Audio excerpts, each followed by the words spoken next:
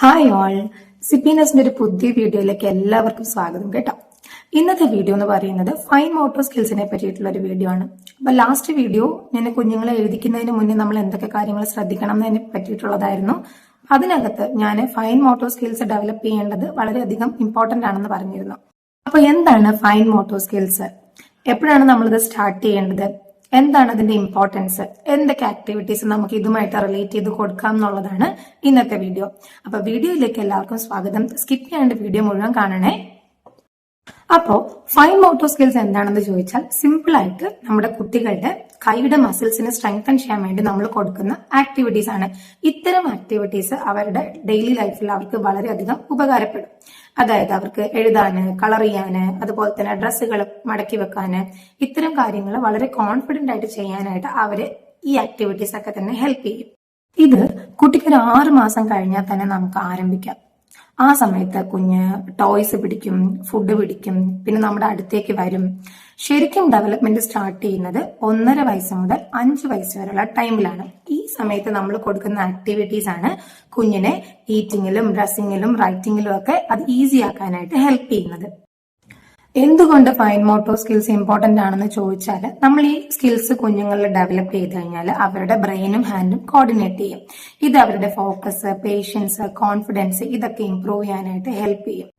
നമ്മുടെ വീട്ടിൽ അവൈലബിൾ ആയിട്ടുള്ള തിങ്സ് ഉപയോഗിച്ച് നമുക്ക് കുഞ്ഞുങ്ങൾക്ക് ഇത്തരം ആക്ടിവിറ്റീസ് കൊടുക്കാൻ പറ്റും. അപ്പൊ അത്തരത്തിലുള്ള 5 ആക്ടിവിറ്റീസ് ആണ് ഞാൻ പറയാൻ പോകുന്നത്. ഒരുപാട് ഫൈൻ മോട്ടോർ സ്കിൽസ് ഡെവലപ്പ് ചെയ്യുന്ന ആക്ടിവിറ്റീസ് ഉണ്ട്. എന്നാൽ നമുക്ക് വീട്ടിൽ തന്നെ ചെയ്യാൻ പറ്റുന്ന 5 ആക്ടിവിറ്റീസിനെ പറ്റി ഞാനിപ്പോ പറഞ്ഞുതരാം. അതിൽ ഒന്നാമത്തെ ആക്ടിവിറ്റി എന്ന് പറഞ്ഞാൽ പേപ്പർ ഫൺ.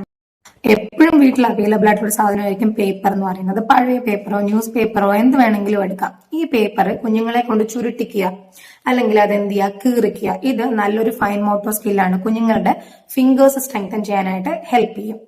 അപ്പം സിമ്പിൾ ഒറിഗാമി ഒക്കെ അറിയാമെങ്കിൽ നമുക്ക് അതും ട്രൈ ചെയ്യാവുന്നതാണ്.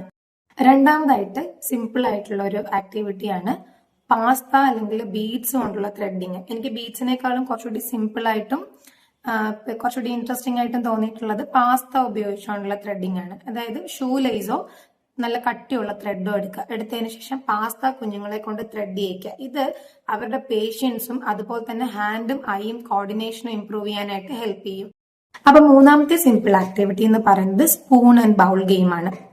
ഇതിനായിട്ട് 2 ബൗൾ എടുക്കുക. അതിൽ ഒന്നില് റൈസ് അല്ലെങ്കിൽ ദാല് ഇട്ടിട്ട് സ്പൂൺ ഉപയോഗിച്ച് മറ്റൊരു ബൗളിലേക്ക് ട്രാൻസ്ഫർ ചെയ്യിക്കുക.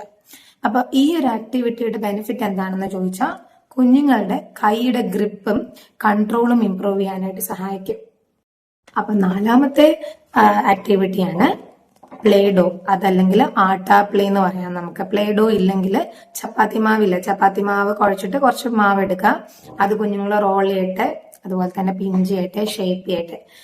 ഈ ആക്ടിവിറ്റി അവരെ എന്തിനു ഹെൽപ്പ് ചെയ്യാമെന്ന് ചോദിച്ചാൽ അവരുടെ കൈയുടെ മസിൽസ് സ്ട്രെങ്തൻ ആവും. അത് മാത്രമല്ല അവരുടെ ഇമാജിനേഷൻ വർദ്ധിക്കുകയും ചെയ്യും. അപ്പോ ലാസ്റ്റ് ആൻഡ് ഫൈനൽ ആക്ടിവിറ്റി എന്ന് പറയുന്നത് സോർട്ടിങ് ആൻഡ് ബട്ടൺ ഗെയിം എന്നുള്ളതാണ്. സോർട്ടിങ് ആൻഡ് ബട്ടൺ ഗെയിം എന്ന് പറഞ്ഞാൽ നമ്മൾ ഡിഫറെന്റ് കളേഴ്സിലുള്ള കുറച്ച് ബട്ടൺസ് എടുത്തിട്ട് അതിൽ സെയിം കളേഴ്സ് കുഞ്ഞുങ്ങളെ സെയിം കളേഴ്സ് അറേഞ്ച് ചെയ്യാനായിട്ട് നമ്മൾ ചെയ്യിക്കുന്ന ആക്ടിവിറ്റീസ് ആണ്. ഈ ആക്ടിവിറ്റി കൊണ്ടുള്ള കുഞ്ഞിന് കിട്ടാൻ പോകുന്ന ബെനിഫിറ്റ് എന്താണെന്ന് വെച്ചാൽ അവർക്ക് കളർ റെക്കഗ്നിഷൻ ഇംപ്രൂവ് ആകും. അത് മാത്രമല്ല അവരുടെ പിൻസർ ഗ്രിപ്പ് ഇംപ്രൂവ് ആകും. പിൻസർ ഗ്രിപ്പ് എന്താണെന്ന് വെച്ചാൽ തമ്പും ഇൻഡെക്സ് ഫിംഗർ ഉപയോഗിച്ചിട്ട് കുഞ്ഞുങ്ങളിൽ എന്തെങ്കിലും എടുക്കുന്നതിനുള്ള കഴിവിനെയാണ് പിൻസർ ഗ്രിപ്പ് എന്ന് പറയുന്നത്. അപ്പൊ പിൻസർ ഗ്രിപ്പ് ഇംപ്രൂവ് ചെയ്യാനും ഈ ആക്ടിവിറ്റി ഹെൽപ്പ് ചെയ്യാം. ഫൈൻ മോട്ടോർ സ്കിൽസ് ഡെവലപ്പ് ചെയ്യാൻ പറ്റിയ ഒരുപാട് ആക്ടിവിറ്റീസ് ഉണ്ട്. അതിൽ വീട്ടിൽ തന്നെ ചെയ്യാൻ പറ്റിയിട്ടുള്ള 5 ആക്ടിവിറ്റീസ് ആണ് ഞാൻ ഇന്ന് നിങ്ങളുമായിട്ട് ഷെയർ ചെയ്തത്.